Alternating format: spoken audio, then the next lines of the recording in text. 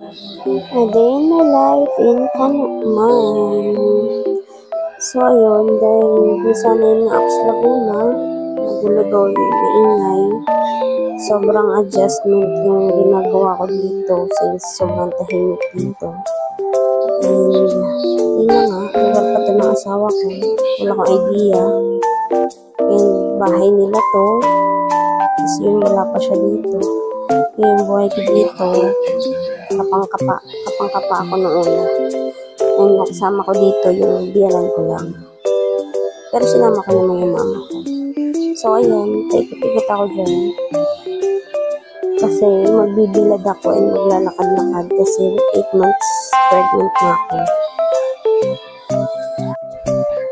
So, ayan, nananap ko yung mama ko kasi pinapunta ko siya dun sa kapatid ng asawa ko, baka andun yung biyanan ko. Pero, ayun, yun nga, andyan si mama. Wala daw doon. So, baka sa ibang bahay siya nagpunta. Kasi ang gusto ko sana, bago ako magbilad, magpaalam muna ako sa biyanan ko. Kasi syempre naman, diba, pag-uwi nun, wala ako sa bahay. Magtataka yun. So, ayun na. So, hindi na namin siya mahanap at ang hali na. Lumabas na lang kami. Nilock na lang namin yung bahay.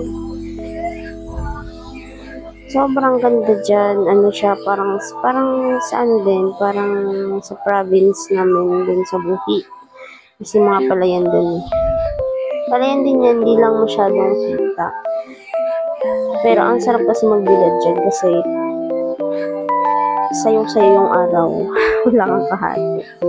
Then, may nakita akong para siyang langka na maliit lang. Akala ko prutas.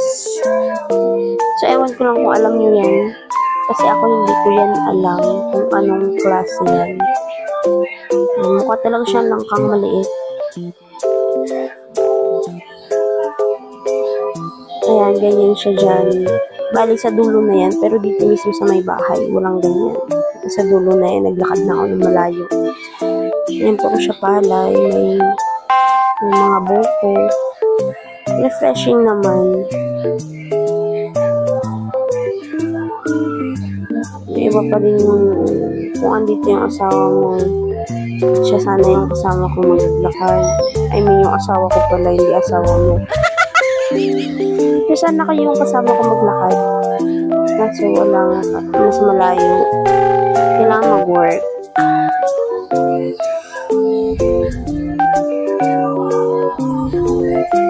Yung videographer ko nga pala dyan ay yung mama ko. Gusto niya din naman. Kasama niya lang naman daw ako. So, siya na daw mag-video. And ayan, kinuha ako. Ako na nag-video. Kasi anino ko lang naman. So, first time ko to mag-voice over. And sobrang nangangapa ako. Wala lang kasi ako malibangan. So, ayan.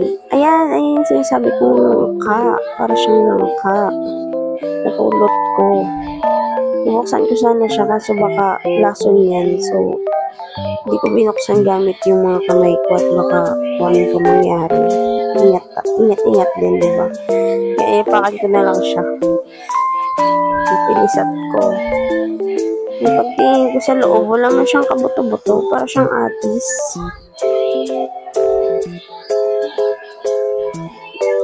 Para siyang atis lang. And ayun, nakauwi na kami. And dyan na yung biyanan ko. Nagtanong kung saan kami galing. And that's it.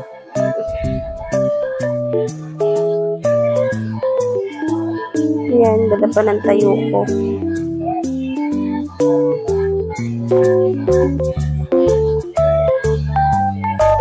Nabutan niya siya nagwawalis ng bahay. Pangiti-ngiti pa ako.